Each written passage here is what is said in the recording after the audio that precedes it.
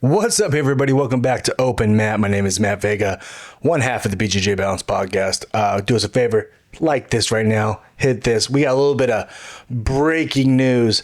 Marcus Almeida has signed with the UFC. Now, if you've listened to the podcast a few weeks ago, Kenny and I said, hey, we got a little bit of breaking news, but we can't say it right now. This was that news.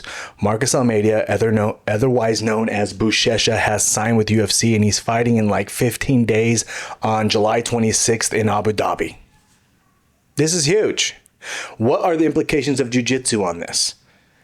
This definitely means he probably is not competing in CGI too. And I had said that before. I don't know if he is going to compete in CGI 2 because as of now, I don't think Checkmat has been notified that they had a team.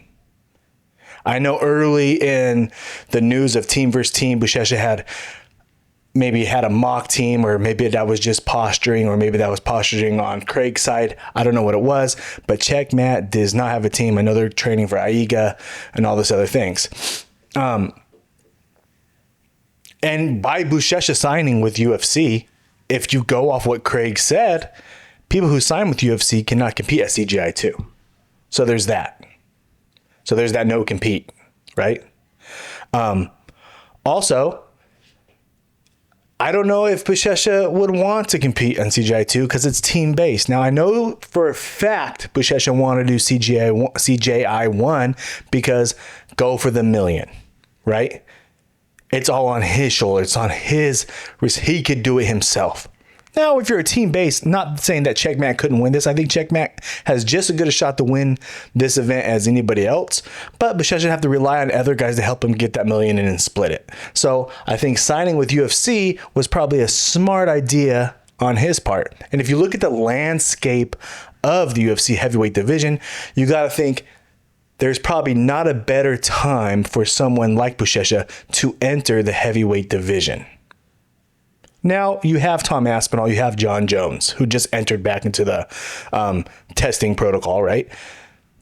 But, we'll deal with Aspinall. If you're Buchecha, you deal with Aspinall when you get there. They got to get there first, right?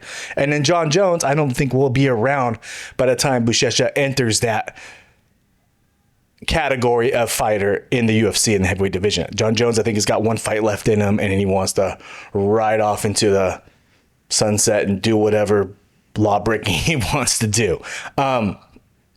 So this is the perfect time for Buchecha to enter MMA, to enter UFC, because if you look at it, there's so many one-dimensional fighters in the heavyweight division. Now, Aspinall is well-rounded, but like I said, deal with that when we get there.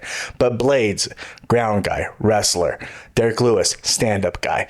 Volkov, stand-up guy. Does a little jiu-jitsu, and he Buchecha's level.